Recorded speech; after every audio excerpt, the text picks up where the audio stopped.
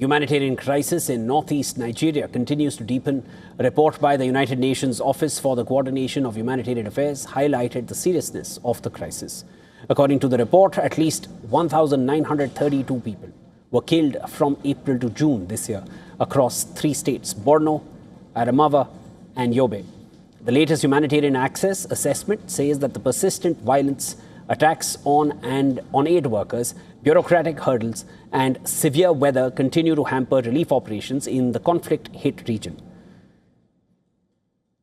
According to the report, attacks that were carried out using improvised explosive devices and other explosives had significantly reduced owing to intensified military operations by the Nigerian and US forces. But the armed groups responded with fresh attacks across several communities and forced humanitarian organizations to suspend or scale down critical health and nutrition services.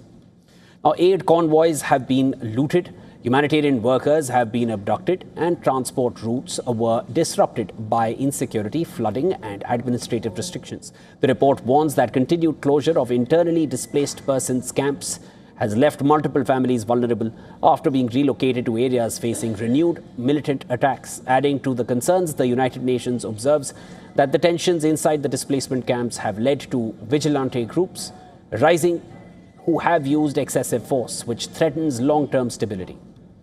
Despite multiple military gains against the insurgents, humanitarian agencies have warned that millions remain at risk of violence, displacement, and restricted access, which continues to define Nigeria's prolonged conflict. Adding to the concern, the United Nations says tensions inside displacement camps have led to excessive use of force by vigilante groups and former combatants, threatening long-term stability. Despite tactical military gains against insurgents, humanitarian agencies warn that millions remain at risk of violence, displacement, and restricted access continue to define Nigeria's prolonged conflict.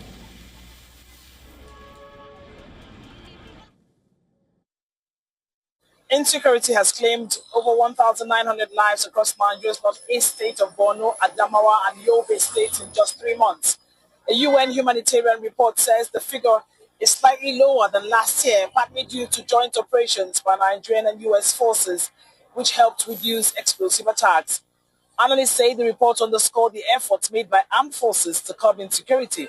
But terrorism and kidnapping remain major threats, with ransom payments running into billions of naira annually. From Lagos, Nigeria, Louisa Oladimi, WION The World.